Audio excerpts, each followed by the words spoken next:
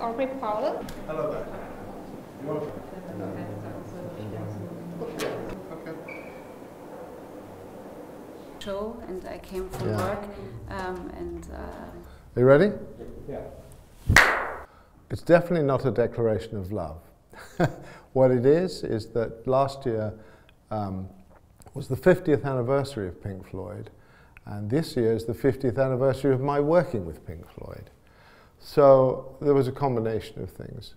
First of all, really historically and culturally, it was time for the band to have an exhibition.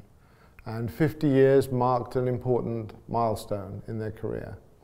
So I came up with the idea in 2013, and I developed the idea over the next couple of years, and then we opened in the V&A in London. And this exhibition was phenomenally successful, and I think because people respect Pink Floyd as a thinking person's band, and they respect the music, and also they respect the stage shows, because the stage shows were enormous. They were what Roger Waters described as electric theatre. So, in other words, there was a big celebration of everything. But what's most important for me is young people come to it and are absolutely thrilled by it. They're enlightened and they're educated by it, because they may not know Pink Floyd from the early years, and they suddenly discover how they started with electronic music, how they started with writing interesting lyrics that were different, how they got very political. So there's something for everybody, and for the older generation who know Pink Floyd, it's a walk down memory lane, and they love that.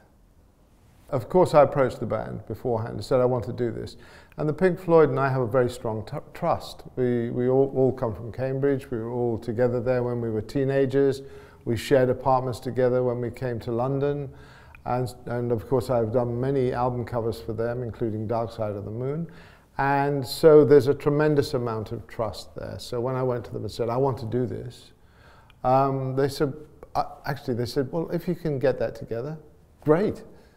And they gave me carte blanche to do what I wanted, and I showed them what I wanted to do, and they said, well, if you can pull this off, fabulous. And so that's what happened. The role of the album cover became very important in the 1970s, and the reason for that was you didn't have Spotify, you didn't have MTV, you didn't have VH1, you didn't have all this social media that you find, YouTube, anything like that. So there were a few newspapers that reported on rock and roll bands. There were a few magazines, but nothing very much. So the album cover became the translation of the feeling of the band, the emotional feeling of the band visually, combined with the music, to give the fan some kind of inkling as to what the band was about, some kind of, as I said, translation of what they were trying to say. But of course, in Hypnosis, we did not get involved in that. We rarely listened to the music, we rarely listened to the lyrics, we rarely listened to the title of the album. And if you look at something like Pink Floyd's Atom Heart Mother, we called this a non-cover. Non in French is no, a no cover, because it's a picture of a cow. And there's no title and no name of the band. But the reverse psychology of that is that everybody wanted to know who it was. Who is this band? Who are they? What is it with the cow on the front cover? So, and then I went on to do Dark Side of the Moon. And of course, this was symbolic of the Pink Floyd with the light shows they had. And very few people knew what the Pink Floyd looked like, because they were very enigmatic. And they were hidden by the sound and the lights in their stage shows, and very rarely were photographed. So that image of Dark Side of the Moon symbolized their light show, a kind of togetherness with the triangle shape, and the feeling that it was all about the music. So album covers became very much iconic over the years as a representation of what the band meant to the fan visually. And of course, the fans used to get the album cover and look at them and study them. And of course, recently, we've had a retro interest in album covers. Vinyl is back. In the last few years, vinyl outsells CDs, outsells DVDs.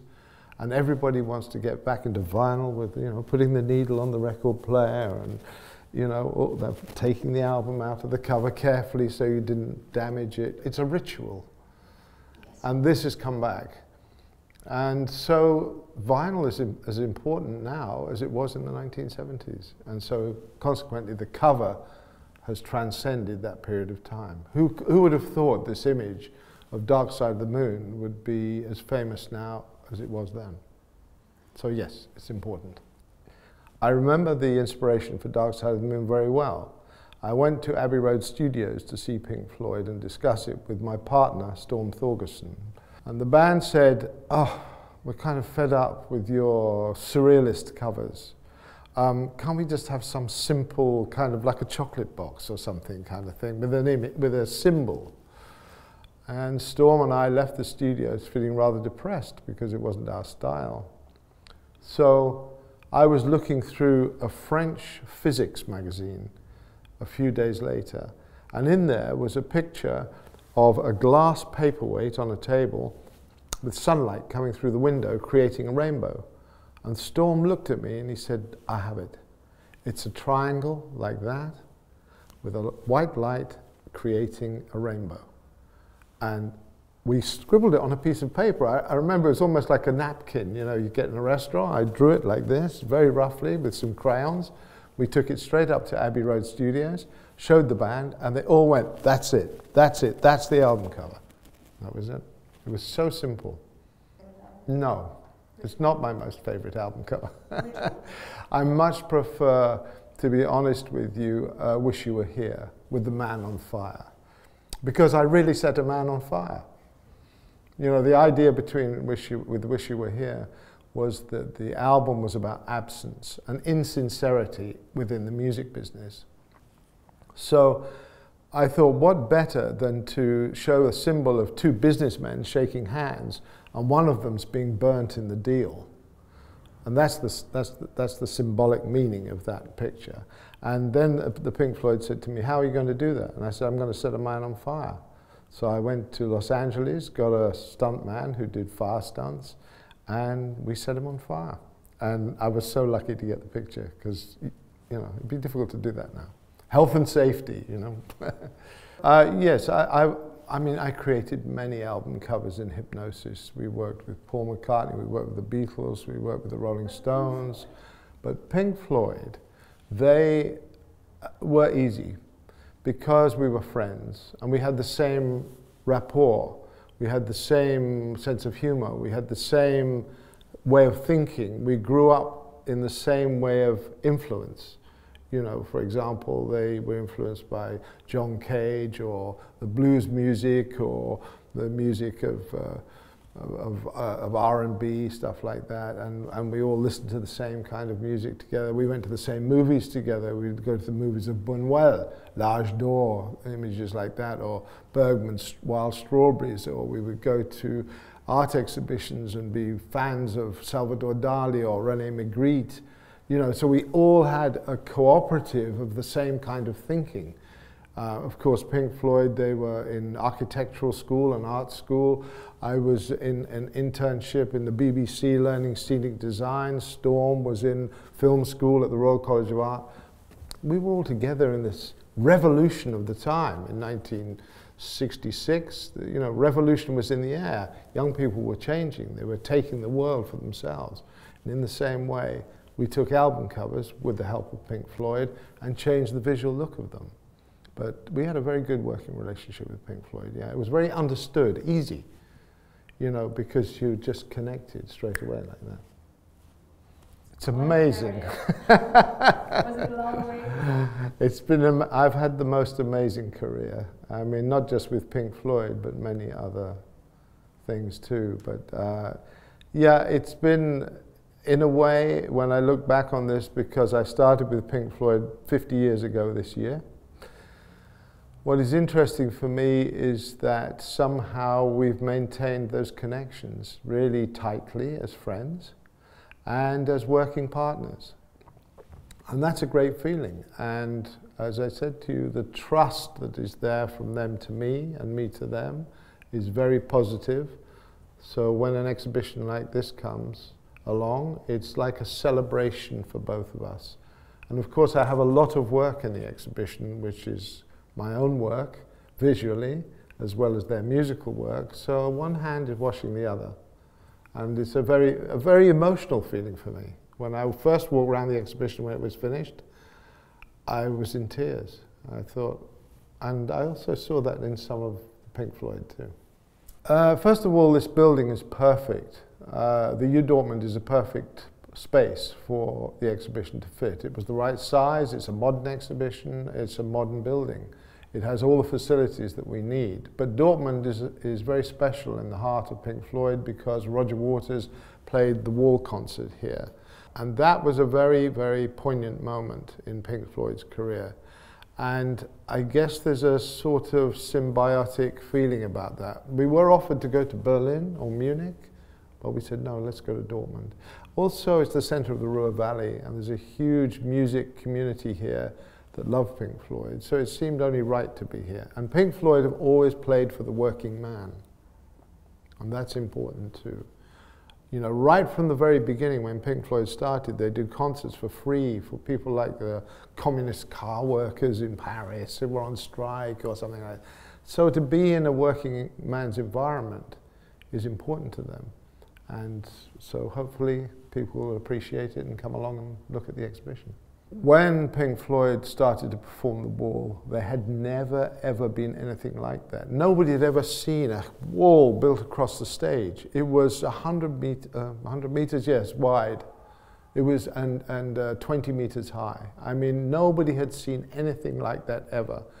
And it was quite shocking because many times the band would just be in front of the wall, or Roger Waters would be in front of the wall and everybody else would be behind it. You couldn't see what was going on, and then in the end the wall falls down. And the symbolism of this, you know, particularly with Germany when the wall came down later, and the symbolism of the wall between people emotionally, the symbolism of the wall meaning that people can't communicate. Everybody can relate to that. And so it meant something to everybody. And coming to Germany, I think, because of the wall between East and West, it was so relevant. And I think it just touched people's hearts that they realized there was a problem out there. And Roger Waters writes very political lyrics. He writes about people and relationships. And I think it touched people's hearts at that time. When you arrive at the exhibition, you put your headphones on and you'll hear a soundtrack. It's very eerie, very original kind of Pink Floyd electronic music. And that sets this rather freaky tone, slightly chilling, as you walk into the exhibition. And then as you go in there, you're immediately confronted by the original van that they used to drive around in, a photograph of that, and then you see a letter on the wall written by Syd Barrett, the original founder of Pink Floyd, to his girlfriend saying, oh, we've painted a white stripe on our van, it's all so naive and amateur, it's wonderful. And we start there, and that's the journey you take. And the narrative then goes through all the albums, all the way through, right through to the last one, Endless River. And during that narrative you see all kinds of personal effects that nobody's ever seen before. You see films that you've never experienced before with them. You hear music you haven't experienced before.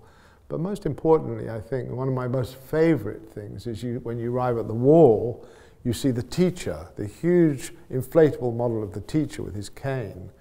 And in another window, we have the actual cane from Roger Waters' school that he was beaten with as a boy, and the book which says Roger Waters' 3 strokes of the cane. And of course this was a very brutal act in those days that we all used to have to endure. And that is such an important symbol for the teacher in the wall. And that teacher in the wall, the way he looks is based on the real teacher that used to beat Roger Waters. So you have the object from when he was 14 to now, when the object in the wall. So there's a direct correlation with many of the artifacts, objects, photographs, and letters and books that are in the exhibition with actually what happened to Pink Floyd in real life and why they were so political. Thank you. Is that enough? Was that good enough? We have to. Okay. Okay, sorry, let me, can I do